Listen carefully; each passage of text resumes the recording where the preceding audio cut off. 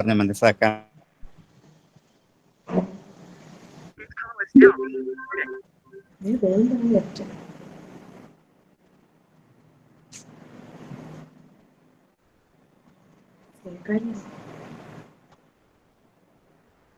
ചേച്ചി തുടങ്ങാവേ.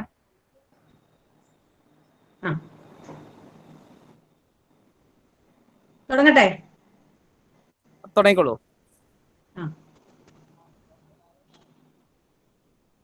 ഓ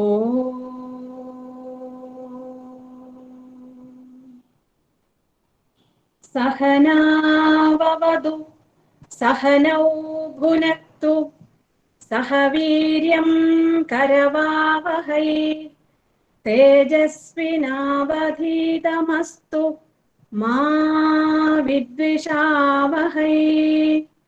ഓം ശാന്തി ശാന്തി ശാന്തി. സദാശിവസമാരംഭാം ശങ്കരാചാര്യമധ്യമാം അസ്മദാചാര്യപര്യന്താം വന്ദേ ഗുരുപരമ്പരാം.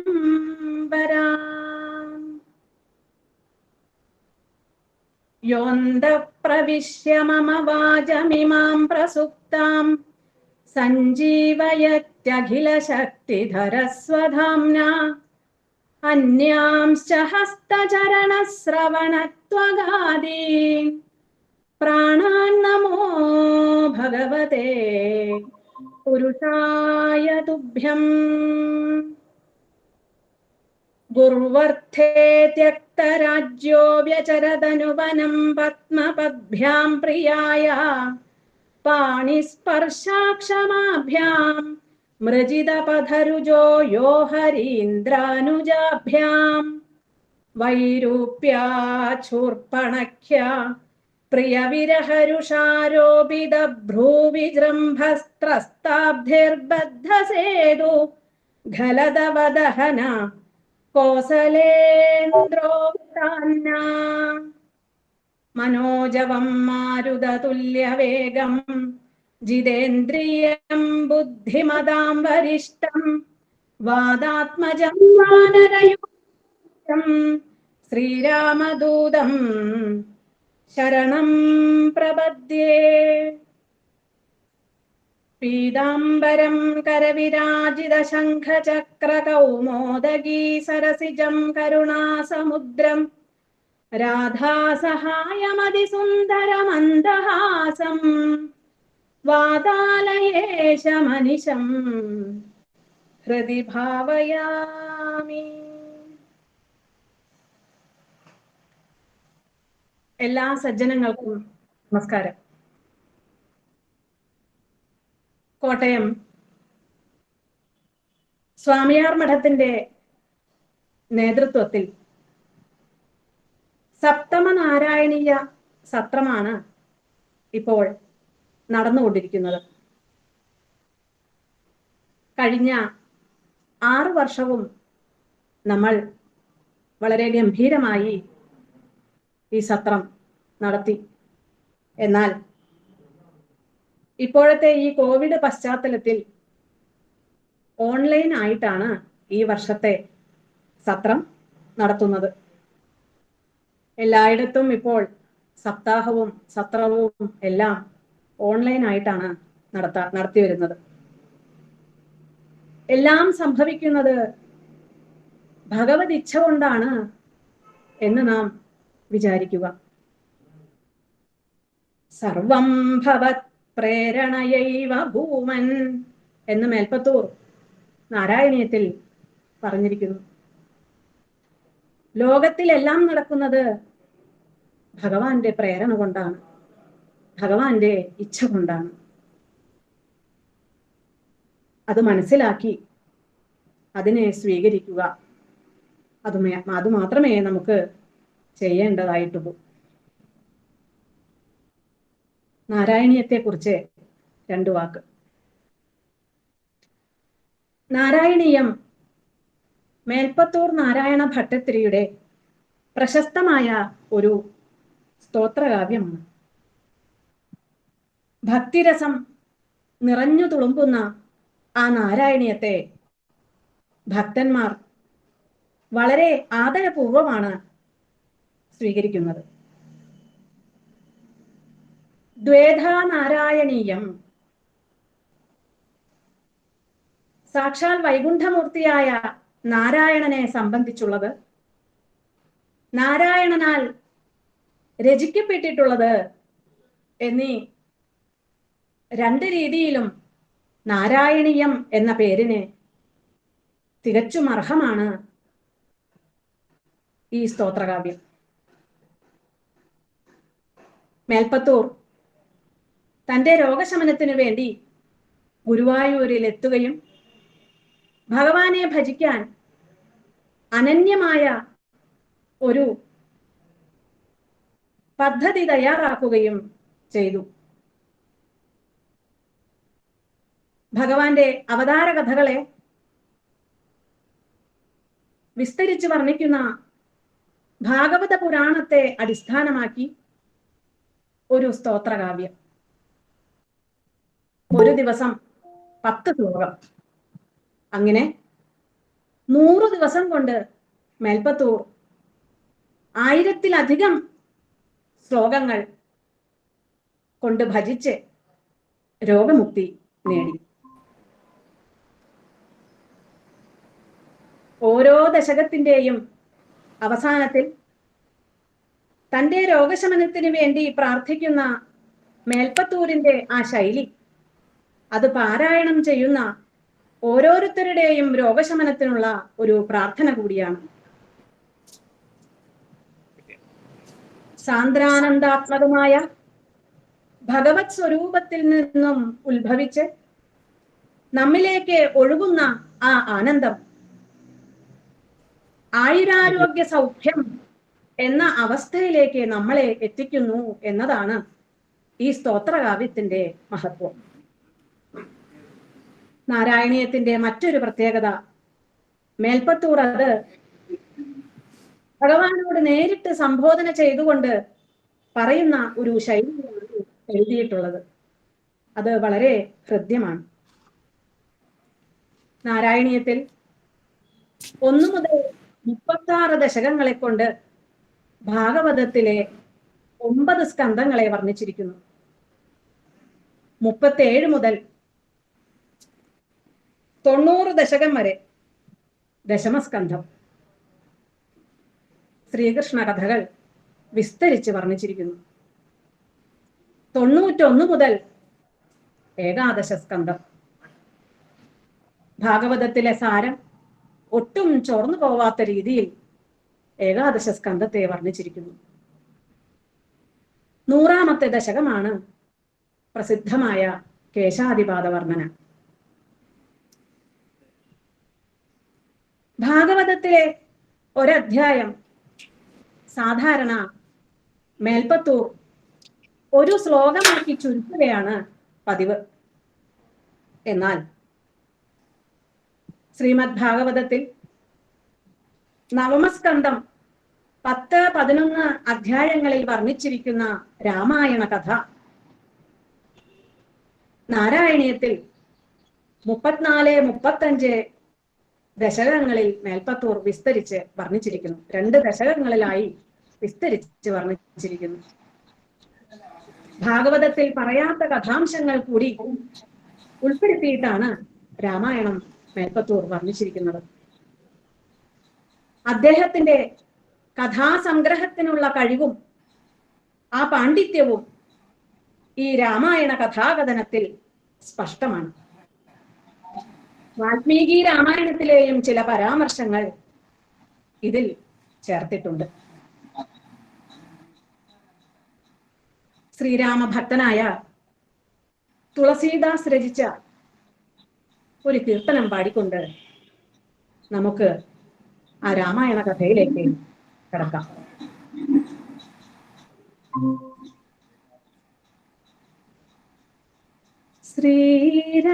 ശ്രീരാമചന്ദ്ര കൃപാലു ഭജമന ഹരണ ഭവ ഭയദാരുണം നവകഞ്ച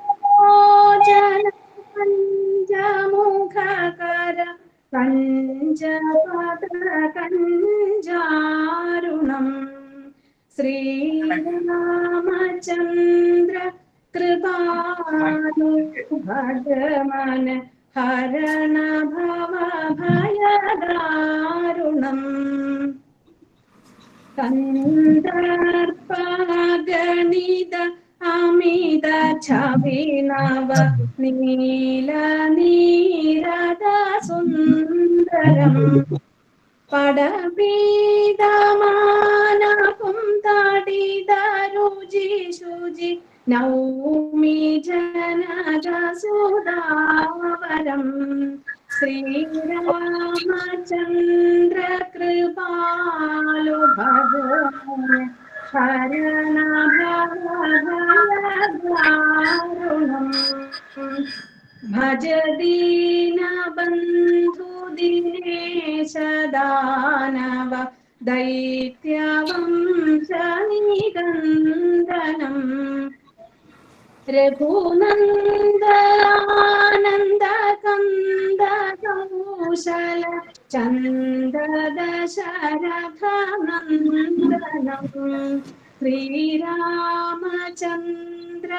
കൃപാലു ഭജമന ഹരണ ഭവ ഭയദാരുണം ശിരമുകുട കുണ്ടല തിലക ചാരു ഉദാരഹംഗ വിഭൂഷണം ആജാനുഭുജ ശരചാപധര സംഗ്രാമജിതധര ദൂഷണം ശ്രീരാമചന്ദ്ര കൃപാലു ഭജമന ഹരണ ഭവ ഭയദാരുണം ഇതി വദത തുളസീദാസ ശങ്കര ശേഷമുനി മനരഞ്ജനം മമ ഹൃദയ കുഞ്ജ നിവാസകരി കാമാദിഖലദളഗഞ്ജനം ശ്രീരാമചന്ദ്ര കൃപാലു ഭജമന ഹരണ ഭവ ഭയദാരുണം നവകഞ്ചലോചന കഞ്ചമുഖകര കഞ്ചപദ കഞ്ചാരുണം ശ്രീരാം ശ്രീരാം ശ്രീരാം ശ്രീരാം ശ്രീരാം ശ്രീരാം.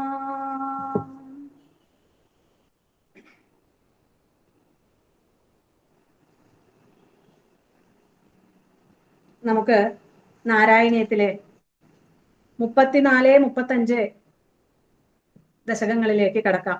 രാമായണ കഥ ശ്രദ്ധരാവൃത്തത്തിലാണ് മേൽപ്പത്തൂർ രാമായണ കഥ വർണ്ണിച്ചിരിക്കുന്നത്.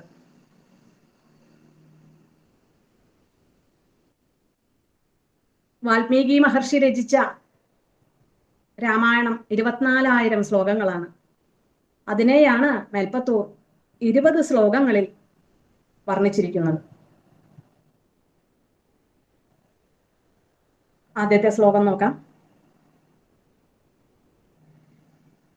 ഗീർവാണൈരർത്ഥ്യമാനോ ദശമുഖ നിധനം കോസലേ ശൃശ്യ ശൃംഖേ പുത്രീയാമിഷ്ടിമിഷ്ട്വാ ദദുഷി ദശരഥക്ഷ്മാഭൃതേ പായസാഗ്ര്യം തദ്ഭുക്ത്യാ തത്പുരന്ധ്രീഷ്വഭിതി സൃഷു സമം ജാതഗർഭാസു ജാതോ രാമസ്ത്വം ലക്ഷ്മണേന സ്വയമധ ഭരതേനാഭി ശത്രുഘ്നനാംനാ.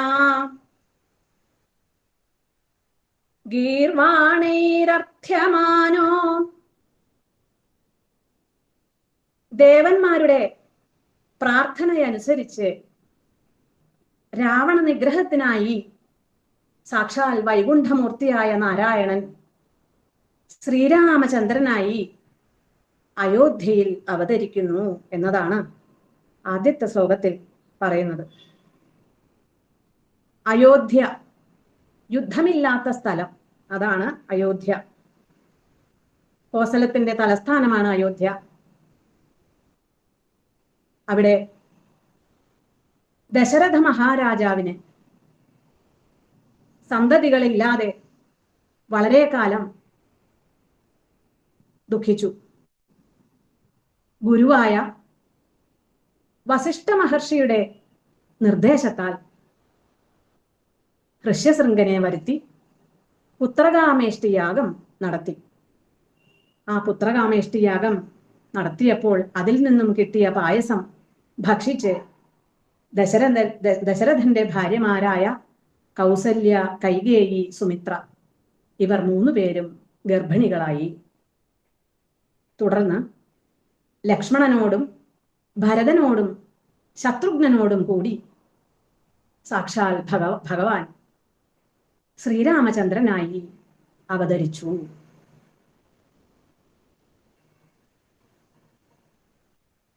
അടുത്ത ശ്ലോകം നോക്കാം.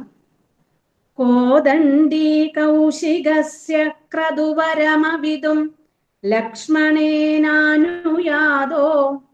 യാദോ ഭൂസ്താദവാച മുനികഥിതമനുദ്വന്ദ്വശാന്താധ്വഖേദ നൃണാം ത്രാണായ ബാണൈർ മുനിവചനബലാത്താടകാം പാടയിത്വാ ലബ്ധ്വാസ്മാദസ്ത്രജാലം മുനിവനമഗമോ ദേവസിദ്ധാശ്രമാഖ്യം. കോദണ്ഡീ കൗശികസ്യ, കോദണ്ഡമെന്ന വില്ലും ധരിച്ചുകൊണ്ട് വിശ്വാമിത്രന്റെ യാഗരക്ഷയ്ക്കായി ലക്ഷ്മണനോടുകൂടി ഭഗവാൻ പുറപ്പെടുന്നു. വിശ്വാമിത്രൻ തന്റെ യാഗരക്ഷയ്ക്കായി രാമലക്ഷ്മണന്മാരെ തന്റെ കൂടെ പറഞ്ഞയക്കണമെന്ന് ദശരഥനോട് പറഞ്ഞപ്പോൾ ദശരഥന് വിഷമമായി. മക്കൾ ഉണ്ടായതിൽ പിന്നെ ആദ്യമായിട്ടാണ് വേർപിരിയുന്നത്. ദശരഥൻ വസിഷ്ഠനോട് ഉപദേശം ചോദിച്ചു. വസിഷ്ഠൻ പറഞ്ഞു, ശ്രീരാമൻ സാധാരണ ഒരു ബാലനല്ല. പല അവതാര ഉദ്ദേശങ്ങളും ശ്രീരാമന് ഉണ്ട്. അതുകൊണ്ട് ധൈര്യമായി വിശ്വാമിത്രന്റെ കൂടെ പറഞ്ഞയക്കൂ എന്ന് പറഞ്ഞു. അങ്ങനെ ദശരഥന്റെ സമ്മതപ്രകാരം ദശരഥന്റെ അനുമതിയോടുകൂടി ലക്ഷ്മണ സമേതം കോദണ്ഡമെന്ന വില്ലും ധരിച്ചുകൊണ്ട് ദാ ഭഗവാൻ പുറപ്പെടുകയാണ്.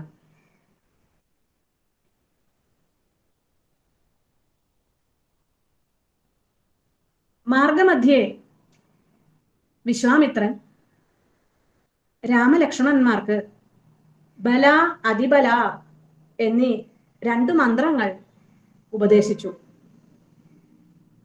അതുകൊണ്ട് തന്നെ അവർക്ക് യാത്രാക്ഷീണം ഒന്നും ഉണ്ടായില്ല.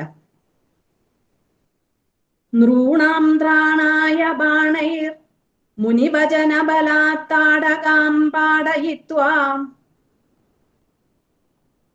വിശ്വാമിത്രൻ രാമലക്ഷ്മണന്മാരോട് പറയും, വില്ല് കുലച്ചുകൊണ്ട് വേണം കാട്ടിലൂടെ നടക്കാൻ. ഏത് സമയവും രാക്ഷസന്മാരും രാക്ഷസികളും ചാടി വീഴാം മുന്നിൽ. അങ്ങനെ ശ്രീരാമചന്ദ്രൻ ഒരു ഞാണൊലിയിട്ടു. ആ ഞാണൊലി കേട്ട ഉടനെ അതാ വരുന്നു താടക.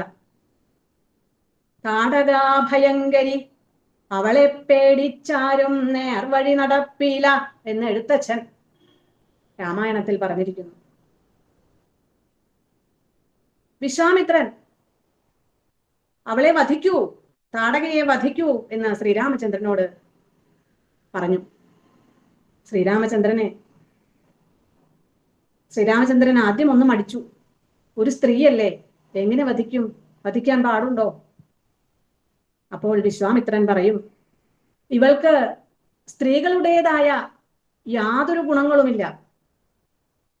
മനുഷ്യ സമൂഹത്തിന്റെ രക്ഷയ്ക്ക് വേണ്ടി അവളെ വധിക്കൂ എന്ന് പറഞ്ഞപ്പോൾ ശ്രീരാമചന്ദ്രൻ ഒരു ശരം കൊണ്ട് അവളെ വധിക്കുന്നു. ലബ്ധ്വാസ്മാദസ്ത്രജാലം മുനിവനമഗമോ ദേവസിദ്ധാശ്രമാഖ്യം. താടകയെ വധിച്ചപ്പോൾ വിശ്വാമിത്രന് വളരെ സന്തോഷമായി. പലവിധ മന്ത്രോപദേശങ്ങളും ലക്ഷ്മണന്മാർക്ക് വിശ്വാമിത്രൻ നൽകി. അങ്ങനെ അവർ സിദ്ധാശ്രമത്തിൽ എത്തി. മാരീജം ദ്രാവയിത്വാ മഖശിരസി ശരൈരന്യരക്ഷാംസി നിഗ്നൻ കല്യാം കുർവന്നഹല്യാം പഥിപദരജസാ പ്രാപ്യ വൈദേഹഗേഹം ഭിന്ദാനശ്ചാന്ദ്രചൂഡം ധനുരവനിസുതാമിന്ദിരാമേവ ലബ്ധ്വാ രാജ്യം പ്രാതിഷ്ഠധാസ്ത്വം ത്രിഭിരപി ച സമം ഭ്രാതൃവീരൈ സദാരൈ. അങ്ങനെ സിദ്ധാശ്രമത്തിൽ എത്തിയപ്പോൾ രാമലക്ഷ്മണന്മാർ വിശ്വാമിത്രനോട് പറയും, യാഗം തുടങ്ങിക്കോളൂ, രാക്ഷസന്മാരൊന്നും വരാതെ ഞങ്ങൾ നോക്കിക്കൊള്ളാം. ഇത് കേട്ട് മഹർഷിമാർ യാഗം തുടങ്ങി. യാഗം തുടങ്ങിയപ്പോഴേക്കും മാരീച സുബാഹുക്കൾ തുടങ്ങിയ രാക്ഷസന്മാർ യാഗത്തെ മുടക്കുന്നതിനായി അവിടെ വന്നു. സുബാഹുവിനെയും മറ്റ് രാക്ഷസപ്പടകളെയുമെല്ലാം ശ്രീരാമൻ കൊന്നൊടുക്കി. മാരീജം ദ്രാവയിത്വ, മാരീജനെ ഓടിച്ചു വിട്ടേ ഉള്ളൂ. മാരീജൻ ഭഗവാനിൽ ശരണാഗതി അടഞ്ഞപ്പോൾ ഭഗവാൻ അവനെ കൊല്ലാതെ വിട്ടു. മാരീജനെ രാമൻ എന്ന പേര് പോയിട്ട് രാ എന്ന് കേൾക്കുന്നത് പോലും പിന്നീട് ഭയമായി എന്നാണ് പറയുന്നത്. അങ്ങനെ മാരീജനെ ഓടിച്ചു വിട്ടു. സുബാഹുവിനെയും ബാക്കിയുള്ള രാക്ഷസ പടകളെയും വധിച്ചു. അതിനുശേഷം കല്യാം കുർവന്നഹല്യാം പഥിപദരജസാ, ഗൗതമ പത്നിയായ അഹല്യയ്ക്ക് തൻ്റെ പാദധൂളികളാൽ ശാപമോക്ഷം നൽകുന്നു. പ്രാപ്യ വൈദേഹഗേഹം, പിന്നീട് അവിടുന്ന് മിഥില രാജ്യത്തെത്തുന്നു. മിഥില രാജധാനിയിൽ എത്തി. ഭിന്ദാനശ്ചാന്ദ്രചൂഡം ധനു, അവിടെയുള്ള ശൈവചാപത്തെ ഖണ്ഡിച്ച് അവനിസുതാമിന്ദിരാമേവ ലബ്ധ്വാ, ആ സീതാദേവിയെ, ഭൂമിപുത്രിയായ ജനകപുത്രിയായ ആ സീതാദേവിയെ പാണിഗ്രഹണം ചെയ്യുന്നു.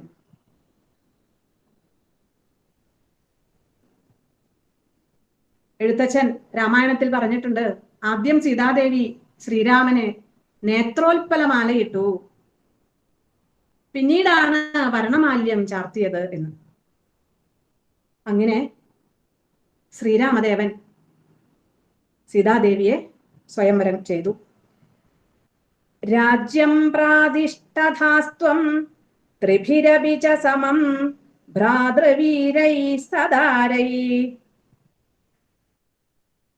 ശ്രീരാമന്റെ സഹോദരന്മാരായ ലക്ഷ്മണൻ, ഭരതൻ, ശത്രുഘ്നൻ എന്നിവരെ സീതാദേവിയുടെ സഹോദരിമാരായ ഊർമിള, മാണ്ഡവി, ശ്രുതകീർത്തി എന്നിവർ വിവാഹം ചെയ്തു. അങ്ങനെ എല്ലാവരും കൂടെ സന്തോഷത്തോടുകൂടി അയോധ്യയിലേക്ക് മടങ്ങി. ആരുന്ധാനേരുഷാന്ധേ ഭൃഗുകുലതിലകേ സംക്രമയ്യ സ്വതേജോ യാദേ യാദോസ്യ അയോധ്യാം സുഖമിഹ നിവസൻ കാന്തയാ കാന്തമൂർത്തേ ശത്രുഘ്നേനൈകദാധോ ഗതവതി ഭരതേ മാതുലസ്യാധിവാസം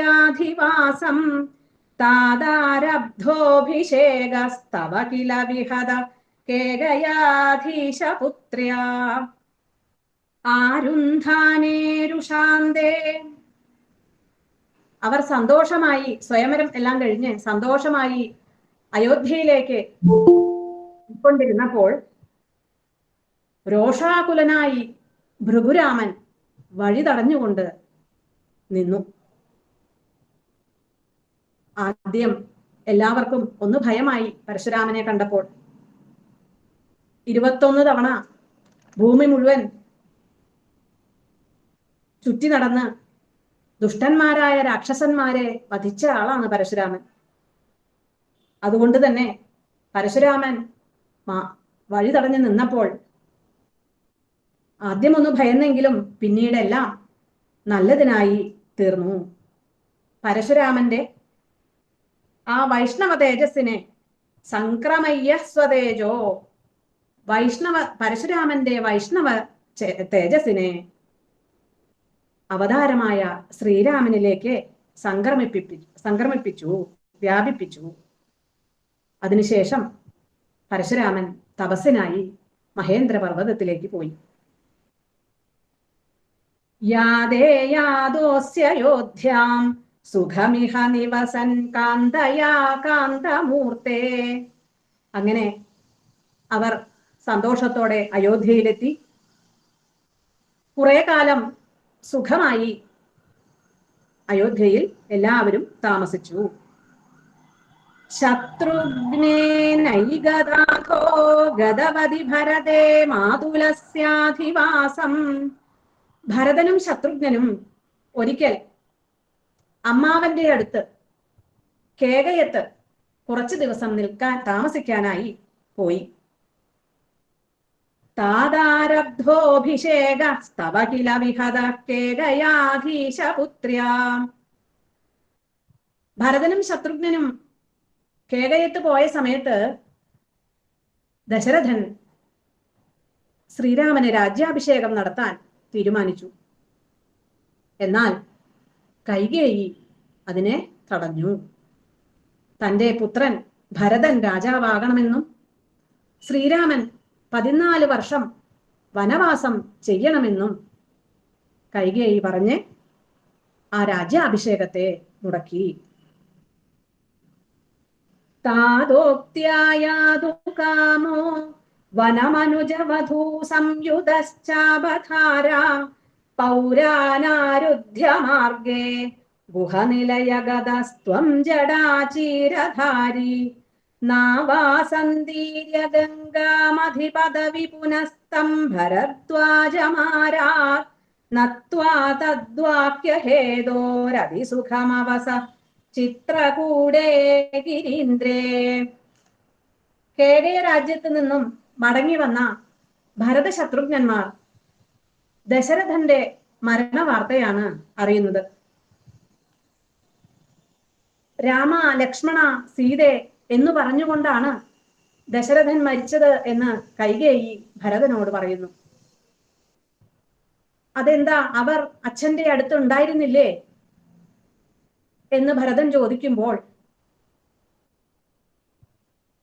കൈകേയി നടന്ന വൃത്താന്തങ്ങളെല്ലാം പറയുന്നു. ഇത് കേട്ട് കഴിഞ്ഞപ്പോൾ ഭരതന് വളരെ സങ്കടമായി. കോപത്തോടുകൂടി വളരെ പരുഷമായി കൈകേയിയോട് ഭരതൻ സംസാരിച്ചു. അതിനുശേഷം കൗസല്യയുടെ അടുത്ത് ചെന്ന് ഭരതൻ തന്റെ നിരപരാധിത്വം കൗസല്യാദേവിയോട് പറയുന്നു. ഭരതന്റെ സങ്കടം കണ്ടിട്ട് കൗസല്യാദേവിക്ക് ശ്രീരാമൻ വനത്തിൽ പോയേക്കാളും കൂടുതൽ സങ്കടം ഭരതന്റെ സങ്കടം കണ്ടപ്പോഴാണ് ഉണ്ടായത്. അങ്ങനെ ഭരതനെ സാന്ത്വനിപ്പിച്ചു. അതിനുശേഷം ദശരഥന്റെ സംസ്കാരാദികളും സപിണ്ഡാദി കർമ്മങ്ങളുമെല്ലാം കഴിഞ്ഞ് ശ്രീരാമനെ അന്വേഷിച്ചുകൊണ്ട് ഭരതനും മാതൃജനങ്ങളും ബന്ധുജനങ്ങളും എല്ലാവരും കൂടി കാട്ടിലേക്ക് പോകുന്നു. അങ്ങനെ ചിത്രകൂടത്തിൽ എത്തുന്നു. ശ്രുത്വാ പുത്രാർത്തിഖിന്നം ഖലു ഭരതമുഖാത് സ്വർഗയാതം സ്വതാതം. പുത്രവിരഹത്താൽ അച്ഛൻ സ്വർഗാരോഹണം ചെയ്തു എന്ന വാർത്ത ഭരതനിൽ നിന്നും ശ്രീരാമദേവൻ അറിയുന്നു. വളരെ ദുഃഖമായി. തപ്തോ ദത്വാംബുതസ്മൈ. ശ്രീരാമദേവൻ തൻ്റെ അച്ഛന് ഉദകക്രിയാദികൾ എല്ലാം ചെയ്തു. നിദധിത ഭരതേ പാതുകാം മേദിനീം ച. ഭരതനോട് പറയും, അച്ഛന്റെ വാക്ക് സത്യമാക്കാൻ നമ്മൾ രണ്ടുപേരും ഒരുപോലെ ബാധ്യസ്ഥരാണ്. അതുകൊണ്ട് ഞാൻ 14 വർഷം വനവാസം കഴിഞ്ഞ് തിരിച്ചെത്തുന്നതുവരെ രാജ്യം ഭരിക്കൂ എന്ന് പറഞ്ഞ് രാജ്യം ഭരതനിൽ ഏൽപ്പിക്കുന്നു. രാജ്യഭാരം ഭരതനിൽ ഏൽപ്പിക്കുന്നു. പിന്നീട് തൻ്റെ മെതിയടി ഭരതന് സമ്മാനിച്ചു. അത്രിം നത്വാധഗത്വാ. പിന്നീട് അവിടുന്ന് ചിത്രകൂടത്തിൽ നിന്നും ശ്രീരാമനും സീതയും ലക്ഷ്മണനും പോവുകയാണ്. ഇനി ഇവിടെ നിന്നാൽ ബന്ധുജനങ്ങൾ അന്വേഷിച്ച് വന്നുകൊണ്ടിരിക്കും. ഇപ്പോൾ ഇവർ താമസിക്കുന്ന സ്ഥലം ഇവർ കണ്ടുപിടിച്ചു കഴിഞ്ഞു. അതുകൊണ്ട് ഇനി ഇവിടെ നിന്നാൽ തൻ്റെ അവതാരോദ്ദേശം നടക്കില്ല.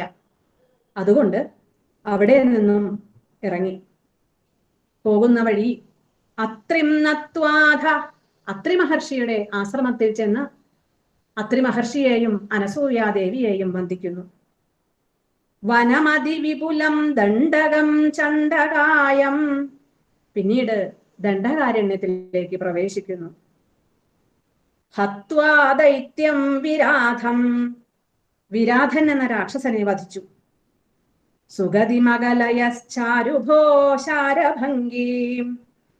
പിന്നീട് ശരഭംഗാശ്രമത്തിൽ ചെല്ലുന്നു. ശരഭംഗ മഹർഷിക്ക് മുക്തി കൊടുക്കുന്നു.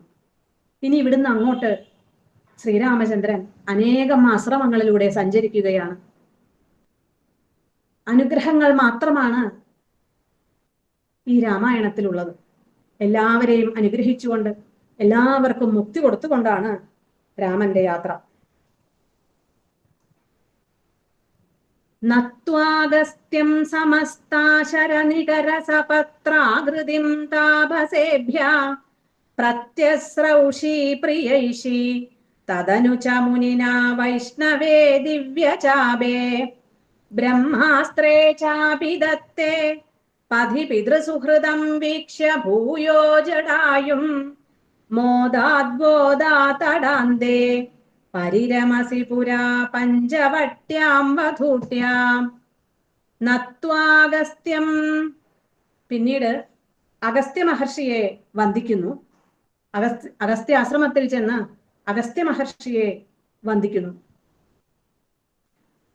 രാമായണത്തിൽ അഗസ്ത്യസ്തുതി വളരെ പ്രധാനപ്പെട്ടതാണ്. സമസ്താശരനികരസപത്രാകൃതിം താപസേഭ്യ പ്രത്യസ്രൗഷി പ്രിയൈഷി.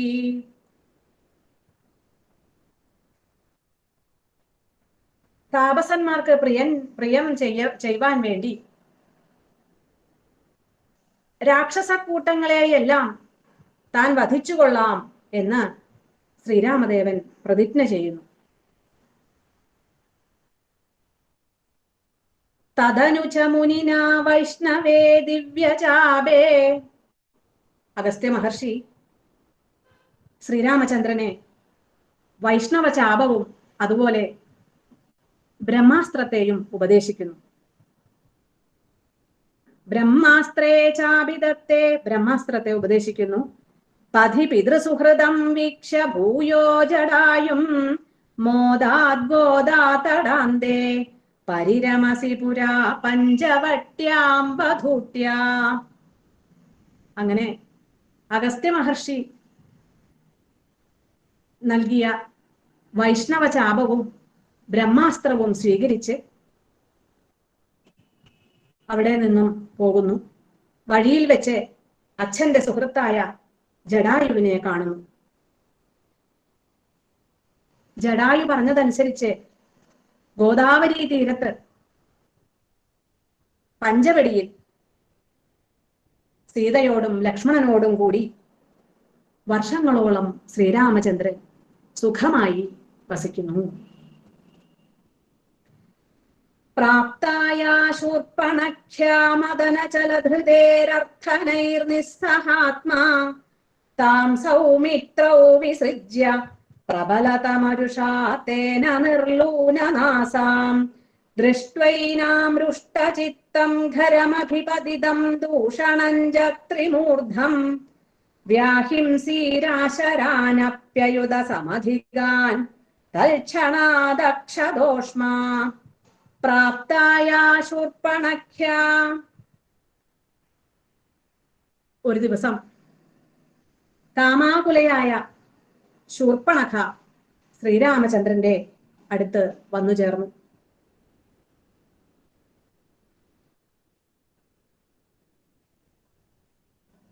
ശൂർപ്പണഖയുടെ അപേക്ഷ കേട്ട് സഹിക്കാനാവാതെ ശ്രീരാമചന്ദ്രൻ ശൂർപ്പണഖയെ ലക്ഷ്മണന്റെ സമീപം പറഞ്ഞയക്കുന്നു. ഒരാണായാൽ അവന്റെ കാര്യങ്ങൾ നോക്കി നടത്താൻ ഒരു സ്ത്രീ വേണം. അതിനെനിക്ക് സീതയുണ്ട്. എന്നാൽ ലക്ഷ്മണനാകട്ടെ തന്നെയാണ്, ആരുമില്ല കൂടെ. അതുകൊണ്ട് നീ അങ്ങോട്ട് പോകൂ എന്ന് പറഞ്ഞ് ശൂർപ്പണഖയെ ശ്രീരാമദേവൻ ലക്ഷ്മണന്റെ അടുത്തേക്ക് പറഞ്ഞിരുന്നു. ഒട്ടും കോപമില്ലാത്ത ആളാണ് ലക്ഷ്മണൻ, ധൈര്യമായി പൊക്കോളൂ എന്ന് ശ്രീരാമൻ പറയും. അവിടെ ചെന്നപ്പോൾ ശൂർപ്പണഖയുടെ ഈ വർത്തമാനം കേട്ടപ്പോൾ ലക്ഷ്മണനെ അതിയായ കോപം വന്നു. ലക്ഷ്മണൻ അവളുടെ നാസികയെ ഛേദം ചെയ്ത് വിരൂപയാക്കി പറഞ്ഞു വിടുന്നു. ദൃഷ്ട്വൈനാമൃഷ്ടചിത്തം ഖരമഭിപതിതം ദൂഷണം ജത്രിമൂർധം. ശൂർപ്പണഖ സഹോദരന്മാരായ ഖരദൂഷണ തൃശിരാക്കളുടെ അടുത്തു ചെന്ന് സങ്കടം പറയുന്നു. അവർ യുദ്ധത്തിനായിക്കൊണ്ട് ശ്രീരാമന്റെയും ലക്ഷ്മണന്റെയും അടുത്തേക്ക് വന്നു. ഖരദൂഷണ തൃശിരാക്കളെയും 10,000-ലധികം വരുന്ന രാക്ഷസന്മാരെയും ആ ക്ഷണത്തിൽ തന്നെ പൗരുഷം തികഞ്ഞ ശ്രീരാമചന്ദ്രൻ വധിക്കുന്നു. സോദര്യാ പ്രോക്ത വാർത്താ വിവശദശമുഖാദിഷ്ടമാരീചമായാ സാരംഗം സാരസാക്ഷ്യാ സ്പൃഹിതമനുഗത പ്രാവധീർബാണഘാതം തന്മായാക്രന്ദ നിർയാപിത ഭവതനുജാം രാവണസ്താ മഹർഷി തേനാർത്തോപിത്വമന്ദ കിമപി മുദമഥാസ്ത്വദ്വധോപായലാഭാത്. സോദര്യാ പ്രോക്ത വാർത്ത. ശൂർപ്പണഖ അതിനുശേഷം രാവണന്റെ സന്നിധിയിലെത്തി സങ്കടം പറയുന്നു. സീതാവൃത്താന്തങ്ങളെല്ലാം രാവണനോട് പറഞ്ഞു. സീതാദേവിയുടെ ആ സൗന്ദര്യത്തെ കുറിച്ച് കേട്ടിട്ട് രാവണനെ അവിടെ ഇരിക്കപ്പുറതി ഇല്ലാണ്ടായി. രാവണൻ വേഗം മാരീചന്റെ അടുത്ത് ചെല്ലുന്നു. മാരീചനോട് വേഷം മാറി ശ്രീരാമ ആശ്രമത്തിലേക്ക് ചെല്ലാൻ രാവണൻ ആവശ്യപ്പെട്ടു. മാരീചൻ കുറെ ഉപദേശിച്ചു നോക്കി രാവണനെ. എന്നാൽ രാവണൻ അതൊന്നും കേട്ടില്ല.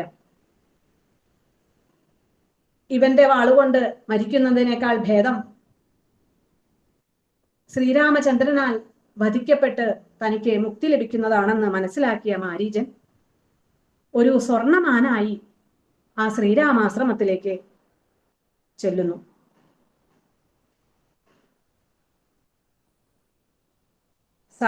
സാരംഗം സാരസാക്ഷ്യാ സ്പൃഹിത. സീതാദേവി ആ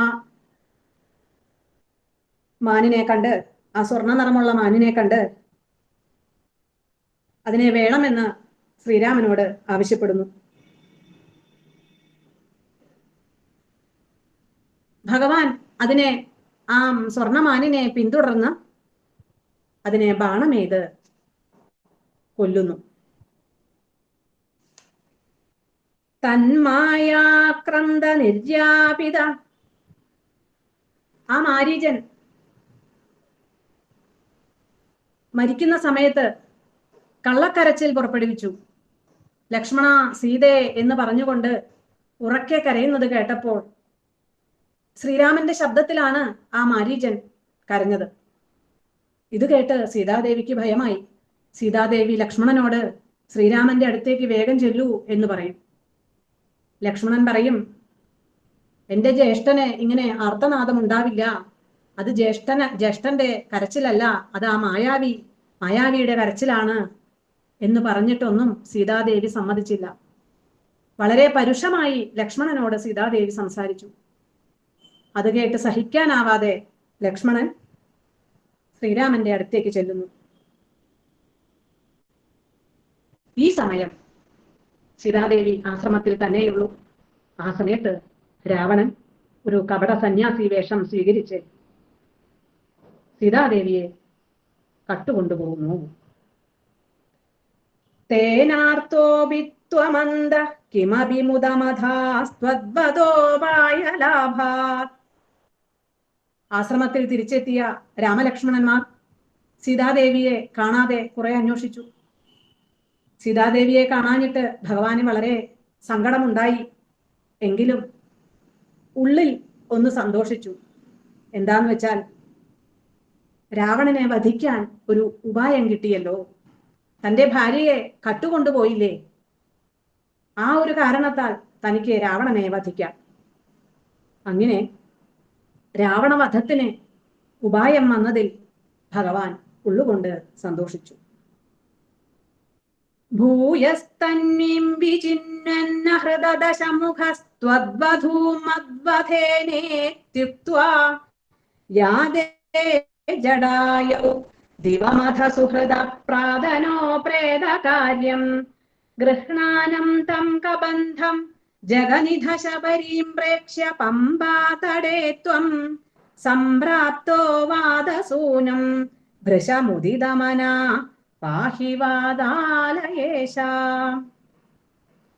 അങ്ങനെ സീതാദേവിയെ അന്വേഷിച്ചുകൊണ്ട് രാമലക്ഷ്മണന്മാർ പോകുമ്പോൾ തന്നെ വധിച്ച് സീതാദേവിയെ രാവണൻ കട്ടുകൊണ്ടുപോയി എന്ന് ജടായു രാമനോടും ലക്ഷ്മണനോടും പറഞ്ഞു. അത് പറഞ്ഞു കഴിഞ്ഞതോടുകൂടി ജടായു പ്രാണനെ വെടിഞ്ഞു. തന്റെ അച്ഛന്റെ സുഹൃത്തായ, തന്റെയും സുഹൃത്തായ ആ ജടായുവിന്റെ സംസ്കാരാദി കർമ്മങ്ങളെല്ലാം ശ്രീരാമദേവൻ ചെയ്തു. ഗൃഹ്ണാനം തം കബന്ധം ജഗനിധ, പിന്നീട് കബന്ധനെ വധിച്ചു. ശബരീം പ്രേക്ഷ്യ, പിന്നീട് ഭക്തയായ ശബരിയാശ്രമത്തിലെത്തി ശബരിയെ ചെന്നു കണ്ടു. ശബരിക്കും മുക്തി ലഭിച്ചു. പമ്പാതടേ ത്വം സംപ്രാപ്തോ വാദസൂനം ദശമുദിതമനാ പാഹി വാദാലയേശ. പിന്നീട് പമ്പയുടെ തീരത്തെത്തി. അവിടെ വായുപുത്രനായ ഹനുമാനെ കണ്ടിട്ട് തന്റെ സഹായത്തിനായി ഹനുമാനെ കിട്ടിയല്ലോ എന്നുള്ള ആ സന്തോഷം ഭഗവാൻ വളരെ സന്തോഷിച്ചു. അങ്ങനെ സന്തോഷിച്ചിരിക്കുന്ന അല്ലയോ ഗുരുവായൂരപ്പ, അവിടുന്ന് എന്നെ രക്ഷിക്കണേ എന്ന് പറഞ്ഞുകൊണ്ട് മേൽപ്പത്തൂർ ഈ ദശകം അവസാനിപ്പിക്കുന്നു. അടുത്ത ദശകം സുഗ്രീവ സഖ്യം മുതലാണ്.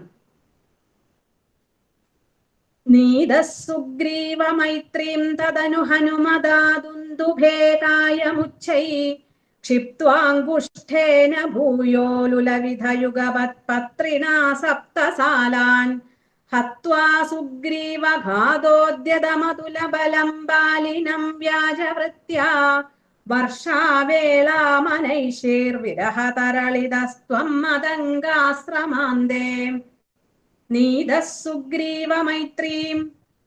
ഹനുമാൻ മുഖാന്തരം സുഗ്രീവനുമായി ശ്രീരാമദേവൻ സഖ്യം ചെയ്തു. അതിനുശേഷം ബാലിയെ വധിക്കാൻ തനിക്ക് സാധിക്കും എന്ന് സുഗ്രീവനെ മനസ്സിലാക്കാൻ വേണ്ടി ആ ദുന്ദുഭി എന്ന അസുരന്റെ ആ ശരീരത്തെ തന്റെ കാലിന്റെ പെരുവിരൽ കൊണ്ട് ഉയർത്തിയെറിഞ്ഞു. അതുപോലെ ഒരു ശരം കൊണ്ട് 7 സാലവൃക്ഷങ്ങളെ ഒപ്പം മുറിച്ചു. അതിനുശേഷം ശക്തനായ ബാലിയെ വധിക്കുന്നു. അങ്ങനെ സുഗ്രീവനെ കിഷ്കിന്ധ രാജ്യം ലഭിക്കുന്നു. വർഷക്കാലം മുഴുവൻ ഭഗവാൻ സീതാവിരഹ ദുഃഖം അനുഭവിച്ചുകൊണ്ട് ആ മതംഗാശ്രമത്തിൽ കഴിച്ചുകൂട്ടുന്നു. സുഗ്രീവേണാനുജോക്ത്യാ സഭയമഭിയതാ വാഹിനീം താം രക്ഷാണാം വീക്ഷ്യ ദിക്ഷുദ്രുതമഥദയിതാ മാർഗണായാവനമ്രാം സന്ദേശം ചാങ്കുലീയം പവനസുതകരേ പ്രാദിശോ മോദശാലി മാർഗേ മാർഗേ മമാർഗേ കവിഭിരഭിതദാ ത്വത്പ്രിയാസപ്രയാസൈ. അങ്ങനെ സുഗ്രീവൻ വാനര സൈന്യങ്ങളെയെല്ലാം വിളിച്ചുകൂട്ടി ശ്രീരാമചന്ദ്രന്റെ അടുത്തേക്ക് ചെല്ലുന്നു. ആ വാനര സൈന്യത്തിൽ നിന്നും ഹനുമാനെ പ്രത്യേകം ശ്രീരാമചന്ദ്രൻ വിളിച്ച് സന്ദേശവാക്യവും അങ്കുലീയവും ഹനുമാന്റെ കയ്യിൽ കൊടുക്കുന്നു. സീതാദേവിക്ക് കൊടുക്കാൻ പറഞ്ഞ് ഹനുമാന്റെ കയ്യിൽ കൊടുക്കുന്നു. ഹനുമാന് മാത്രമേ ഇത് സാധിക്കുള്ളൂ എന്ന് ഭഗവാൻ അറിയാം. അങ്ങനെ എല്ലാ വാനരന്മാരും നാനാദിക്കിലും എല്ലാ പ്രദേശങ്ങളിലും സീതാദേവിയെ അന്വേഷിച്ചുകൊണ്ട് നടന്നു.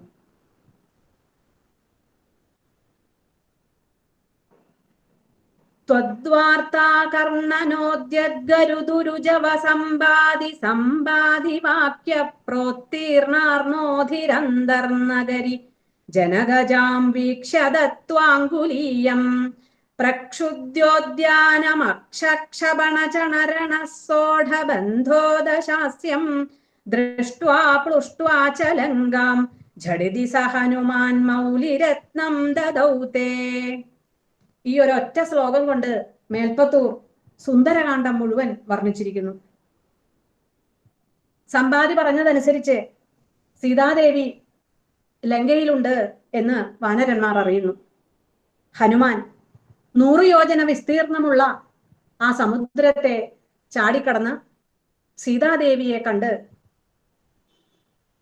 അങ്കുലീയവും സന്ദേശവാക്യവും കൊടുക്കുന്നു. അതിനുശേഷം താൻ ഇവിടെ വന്നു എന്ന് രാക്ഷസന്മാരെ അറിയിക്കാൻ വേണ്ടി ആ അശോക ഉദ്യാനം മുഴുവൻ തകർക്കുന്നു. രാവണന്റെ പുത്രനായ അക്ഷകുമാരനെ വധിക്കുന്നു. രാവണന്റെ മൂത്ത മകനായ ഇന്ദ്രജിത്ത് ബ്രഹ്മാസ്ത്രം കൊണ്ട് ഹനുമാനെ ബന്ധിക്കുന്നു. എന്നിട്ട് രാവണൻ സന്നിധിയിൽ ചെല്ലുന്നു.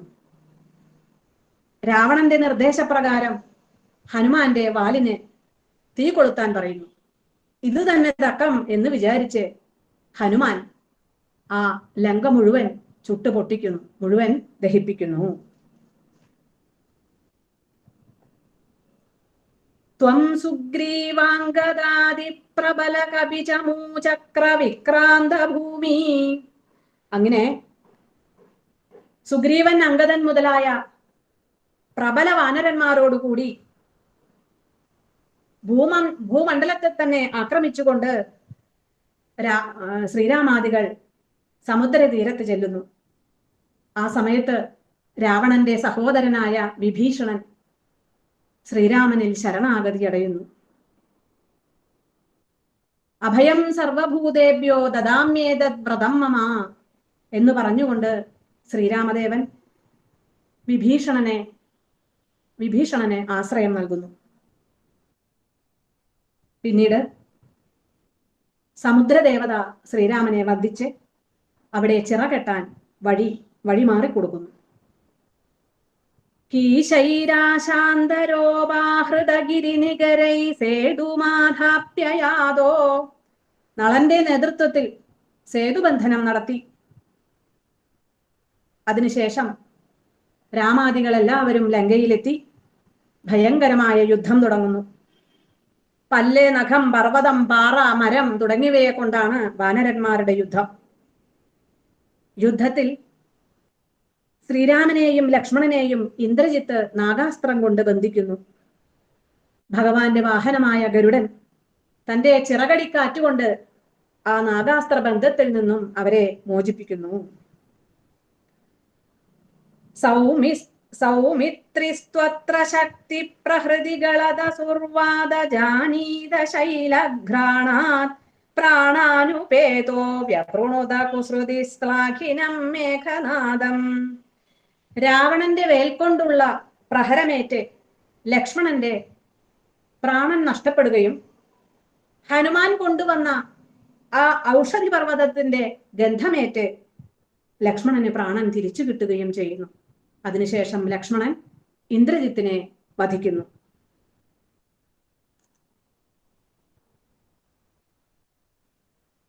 പിന്നീട് ശ്രീരാമചന്ദ്രൻ ഭൂമി കുലുക്കിക്കൊണ്ടുവന്ന സൈന്യങ്ങളെയെല്ലാം വാരി തിന്നുന്ന ആ കുംഭകർണനെ ശ്രീരാമചന്ദ്രൻ വധിക്കുന്നു. ഗൃഹ്ണഞ്ജംഭാരി സംപ്രേഷിതരഥകവചൗ രാവണേനാഭിയുധ്യൻ ബ്രഹ്മാസ്ത്രേണാസ്യ ഭിന്ദൻ ഗളതതിമബലാമഗ്നിശുദ്ധാം പ്രഗൃഹ്ണൻ ദേവശ്രേണീവരോജ്ജീവിത സമരമൃതൈരക്ഷതൈരിക്ഷസംഘൈർ ലങ്കാഭർത്രാച സാഗം നിജനഗരമഗാസപ്രിയ പുഷ്പകേണ.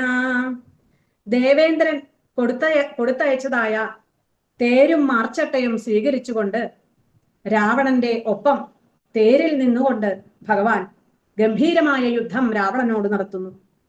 അങ്ങനെ അഗസ്ത്യ മഹർഷി നൽകിയ ആ ബ്രഹ്മാസ്ത്രം കൊണ്ട് ശ്രീരാമചന്ദ്രൻ രാവണനെ വധിക്കുന്നു. പിന്നീട് അഗ്നിപ്രവേശം ചെയ്ത സീതാദേവിയെ ഭഗവാൻ സ്വീകരിക്കുന്നു.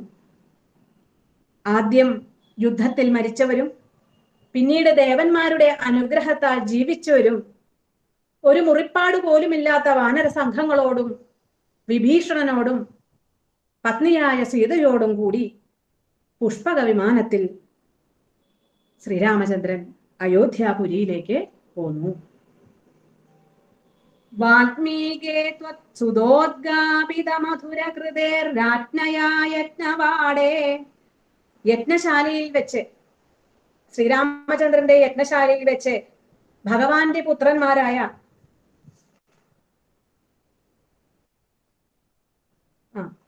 കഴിഞ്ഞ ശ്ലോകത്തില് താവത് വാൽമീകി ഗേഹേ കൃതവസതിരുപാസൂദസീദാസുദൗതേ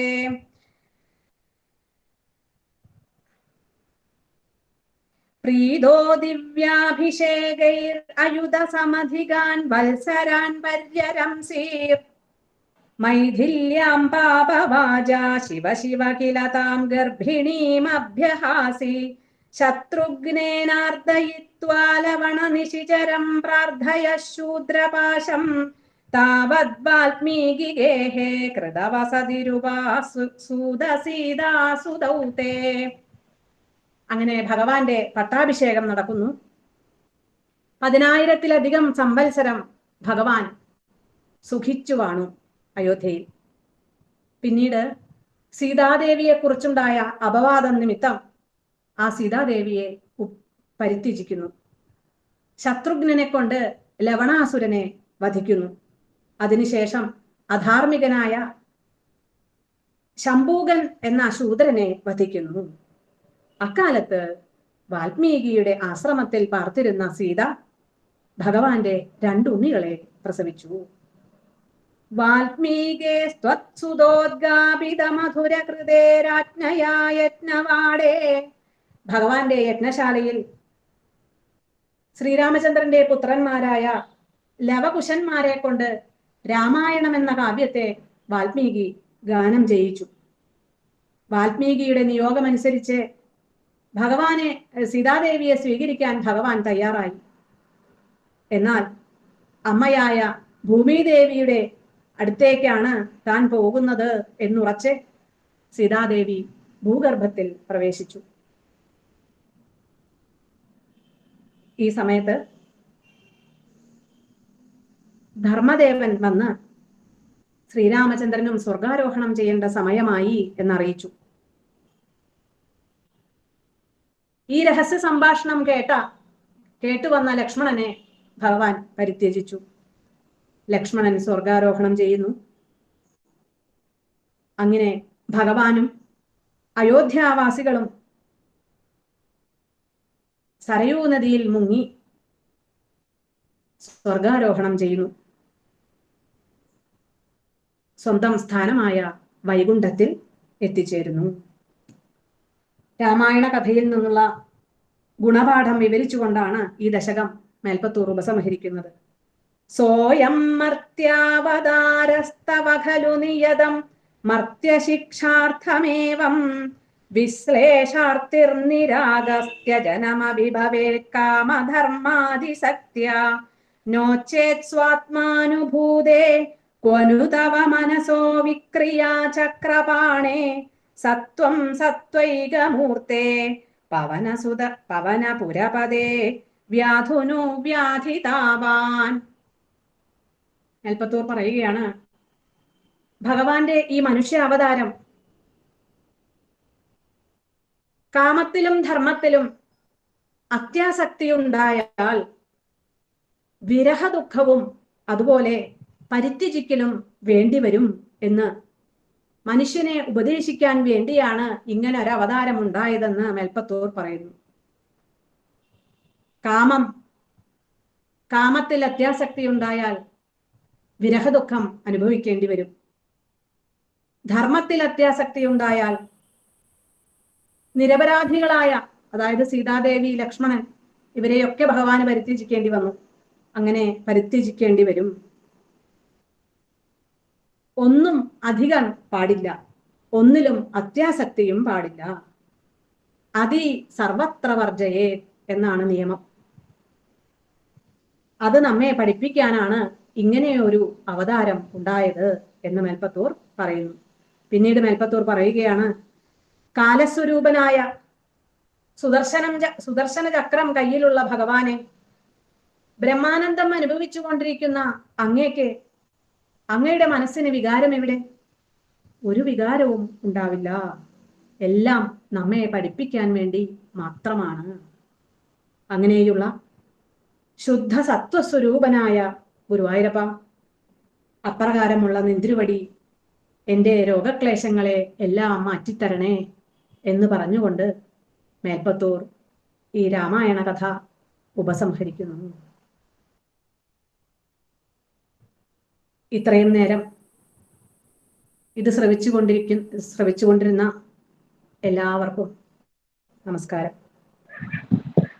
കായേന വാചാ മനസേന്ദ്രിയേർവാ ബുദ്ധ്യാത്മനാ വാ പ്രകൃതേ സ്വഭാവാൽ കരോമി യദ്ദിൽ സകലം പരസ്മൈ നാരായണായേതി സമർപ്പയാമി. സർവം നാരായണായേതി സമർപ്പയാമി. സർവം നാരായണായേതി സമർപ്പയാമി.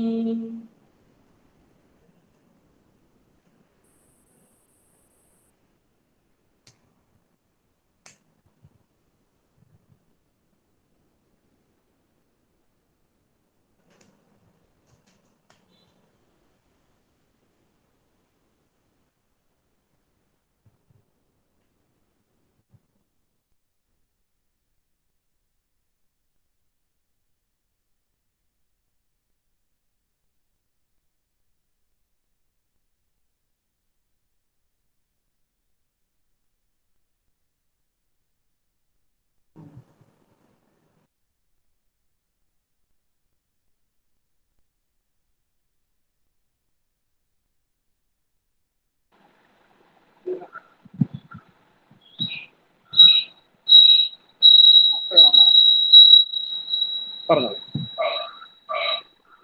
ഇതുവരെ രാമായണ കഥയുടെ സാഗരത്തിൽ കൂടി നമ്മളെയൊക്കെ നയിച്ച് അതിമനോഹരമായ ശ്ലോകാലാപനം കൊണ്ടും അതിലുപരി കഥാകഥനം കൊണ്ടും ഏറ്റവും കൂടുതൽ രാമായണ തത്വത്തെ സൂചിപ്പിച്ചുകൊണ്ടും അതിമനോഹരമായി സമാപിച്ച ഈ പ്രഭാഷണം നമ്മളെയൊക്കെ ത്രേതായുഗത്തിലെ രാമകഥയിലൂടെ നയിക്കാൻ പര്യാപ്തമായിരുന്നു. ജയയുടെ വശ്യവചസ്സുകൾക്കും ഗാനാലാപനങ്ങൾക്കും ഈ സഭ എപ്പോഴും കടപ്പെട്ടിരിക്കുന്നു.